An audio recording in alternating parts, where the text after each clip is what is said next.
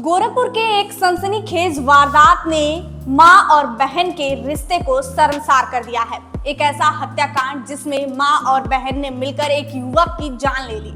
पूरा मामला क्या है बताते हैं।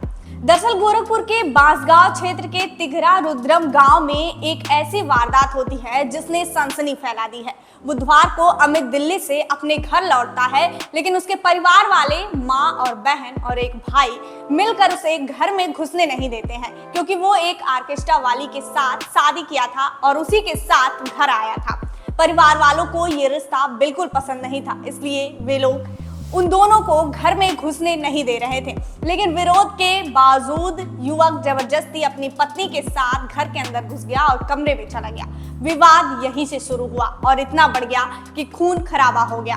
डीबी की एक रिपोर्ट के मुताबिक अमित करीब 2 साल पहले अनीता नाम की एक ऑर्केस्ट्रा डांसर से लव मैरिज कर लिया था। उसने शादी करके जब घर आया तो मां और परिवार के बाकी सदस्य उसकी शादी का विरोध किया और अनीता को बहू के रूप में स्वीकारने से साफ तौर पर मना कर दिया।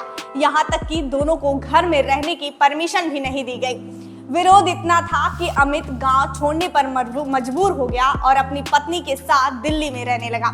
लेकिन फिर जब अमित बुधवार को करीब 2 साल बाद गांव लौटा और अपने घर गया तो फिर विवाद शुरू हो गया। रिपोर्ट्स के मुताबिक शाम को 8 बजे के आसपास इस विवाद ने मारपीट का रूप ले लिया। अमित के परिवार वालों पर आरोप है कि मां, 2 बहनें और एक भाई ने मिलकर अमित को लाठी डंडे से पीटने लगे, जिसकी वजह से अमित को सिर पर गंभीर चोट लगी और वो मौके पर ही बेहोश हो गया।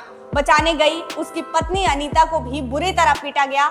दोनों ही गंभीर रूप से घायल हो गए।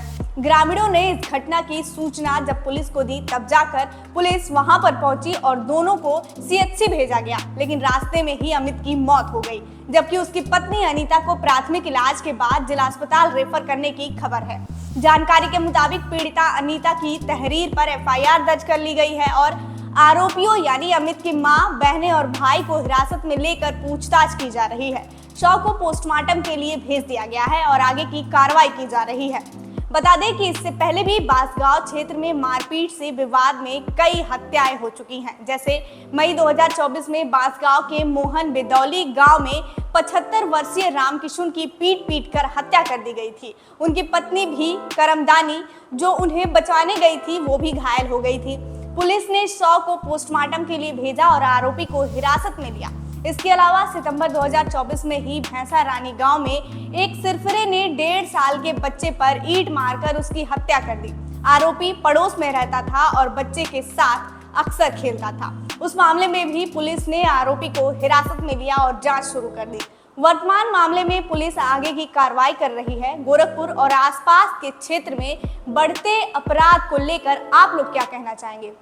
योगी राज में लगातार ये दावा किया जा रहा है कि अपराधी अपराध करने से पहले खौफ खाते हैं, लेकिन यहाँ तो उनके ही गृह जनपद में लगातार ऐसे मामले सामने आ रहे हैं जिसमें दिन दहाड़े बिना किसी डर के हत्याएं हो रही हैं। खैर, अपनी राय जरूर दीजिएगा। देखते रहिए बेधड़क खबर। मैं हूं आंचल।